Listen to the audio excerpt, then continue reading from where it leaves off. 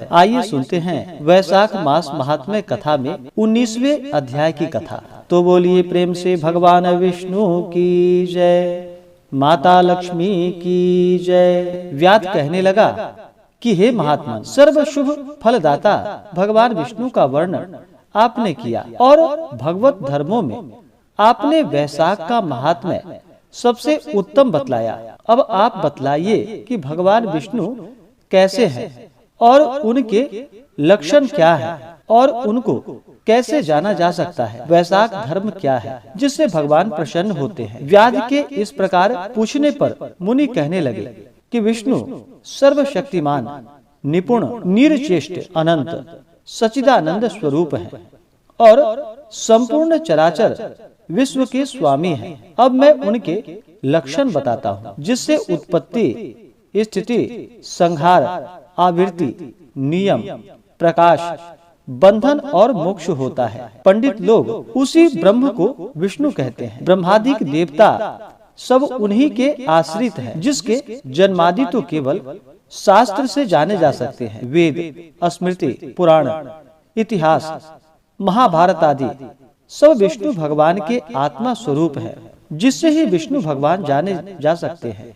इंद्रियों एवं तर्क के द्वारा वे नहीं जाने जा सकते। इनके कर्म और गुणों को जानकर प्राणी मोक्ष पाते हैं और सदा उसी के अधीन रहते हैं। वही देव, ऋषि, माता, पिता प्रत्येक में शक्ति रूप से विद्यमान रहते हैं। प्रत्यक्ष आगमन या अनुमान द्वारा बल, ज्ञान और सुख से प्रथम मनुष्य को उत्तम जानो, फिर ज्ञानादि आवृत्ति राजा को जानो, जिनसे त्वाभिमानी देवताओं को सत गुणाधिक मानो। देवताओं से सप्त ऋषि बड़े हैं, सप्त ऋषियों से अग्नि, अग्नि से सूर्यादि, सूर्य से बृहस्पति, बृहस्पति से वायु, वायु से इंद्र, इंद्र से बड़ी पार्वती, पार्वती से महादेव, शिव से बुद्धि, बुद्धि से प्राण बलवान है। प्राण वायु से श्रेष्ठ कोई नहीं है। प्राण में ही सब कुछ स्थित है। सबको एक सूत्र में बांधने वाले भगवान विष्णु हैं। इतनी बात सुनकर व्याध कहने लगा कि हे ऋषि,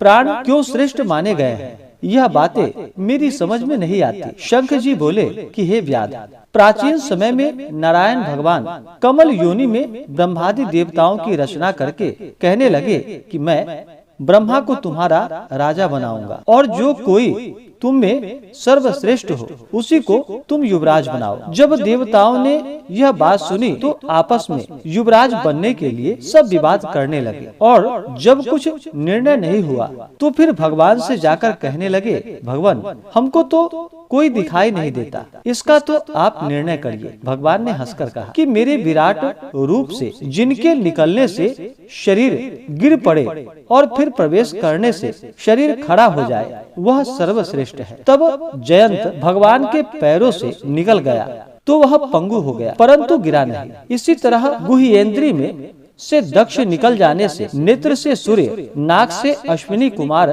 के निकल जाने से, नासिका रहित कानों से दिशाएं निकल जाने से, बधिर जिह्वा से वरुण के निकल जाने से रसों का ज्ञान निकल गया और मन को चैतन्य करने वाले रूप के निकल जाने से जड़ तो कहाने लगा, परंतु देह गिरी नहीं।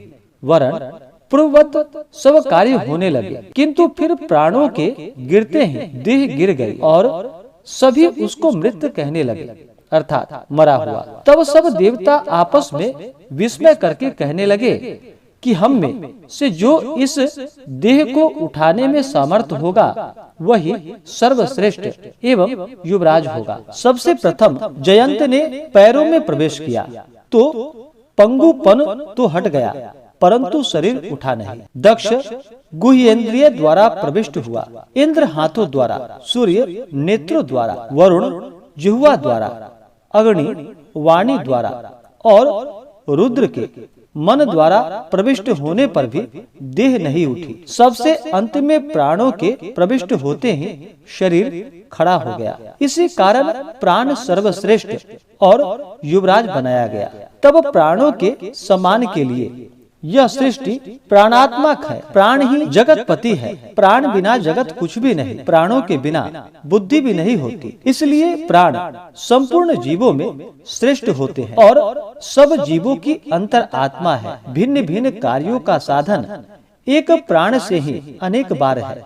यही कारण है कि प्राण ही इस संसार के रचने और पतन करने व संहार करने में समर्थ है। शेष शिव और इंद्रियां, जड़ चैतन्य कोई भी भगवान को पराभव नहीं कर सकता। यही प्राण सब वेदात्मक, देवमय, व्यापक तथा वासुदेव भगवान का अनुवर्ती और भगवान विष्णु का वशीभूत है। यह वासुदेव की प्रतिकूलता न कभी देखता और न सुनता है। इंद्रादिक देवता प्रतिकूलता करते भी हैं, परंतु वह कभी नहीं करता। इसलिए पंडित जन इसी को विष्णु का सहायक कहते हैं। जैसे सर्प जीर्ण केचुली को त्याग देता है, उसी प्रकार यह भी जन्मानुबंध शरीर त्याग कर नारायण के परम धाम को जाता है। शंख मुनि की बात को सुनकर व्याध ने बड़ी प्रसन्नता और अत्यंत दीन भाव से फिर पूछा कि हे ब्रह्मण, इस संसार में देवता, मुनि, संत और महात्माओं की महिमा तो पुराणों और लोक में विख्यात है, परंतु प्राणों की महिमा इतनी नहीं कही गई। तब शंख मुनि कहने लगे कि प्राचीन काल में एक समय प्राण बहुत से देवताओं को साथ लेकर अश्वमेध यज्ञ करने के लिए गंगा तट पर गए और हल से भूमि की शुद्धि करने लगे। तो पृथ्वी के नीचे एक गुफा में कण्व ऋषि समाधि लगाए हुए बैठे थे। वह हल से कुरेदने से निकले आए। तब वह क्रोध कर प्राण को श्राप देने लगे कि अब तीनों लोकों में, विशेषकर भूलोक में तुझे कोई नहीं मानेगा, यद्यपि तेरे अवतार प्रख्यात होंगे। ऋषि के इस प्रकार श्राप देने पर प्राण कहने लगा कि आपने मुझको वृथा श्राप दिया है, मैं निर्दोष हूँ। अतः हे कण्व, तू भी गुरुद्रोही होगा और तेरी वृत्ति भी निंदित होगी। तभी से इस भूलोक में प्राणों की महिमा प्रसिद्ध नहीं है और श्राप के कारण कण्व गुरु को मारकर सूर्य के शिष्य हुए। शंख कहने लगे कि हे व्याध, जो कुछ तुमने पूछा मैंने उत्तर दिया, अब और कुछ पूछना हो तो पूछ लो। इस प्रकार से श्री स्कंद पुराणीय वैशाख महात्म्य में नारद एवं अम्बरीश के संवाद में वायु श्राप कथन नामक 19वां अध्याय पूर्ण हुआ।